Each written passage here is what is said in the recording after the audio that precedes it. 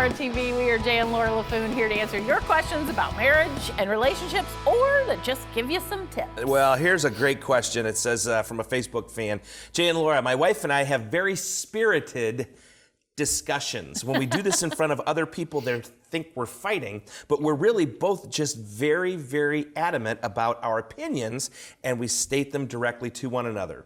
What can we do? I loved this question because I've never heard anybody say spirited discussions. Usually people say we argue a lot, scream. we fight, but spirited. So I'm like, you know what? I want to go see what that word means because I'm a word person. So I went to the dictionary to see what spirited means. It means vivacious, courageous, energetic, and lively. Now, we obviously have lots of lively and vivacious conversations because my spiritual gift is sarcasm. So, I can use that a lot and we get into a lot of... She uses it freely. Spirited. But the word I liked was courageous. Courageous discussions. Because how many of us can say in our marriage that we have the courage to say what needs to be said, obviously in a way that is appropriate, but have the courage to say to your spouse what you really think or feel? It's kind of like that... Honey, how do I look? How's this outfit? Do you have the courage to answer honestly? No.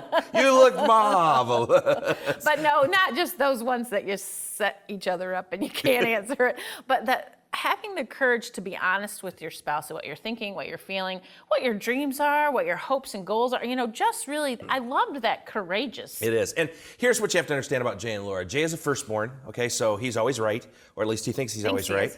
And Laura's mom told her that she should be a lawyer when she grows up because all she likes to do is argue. So we have this spirited, lively thing.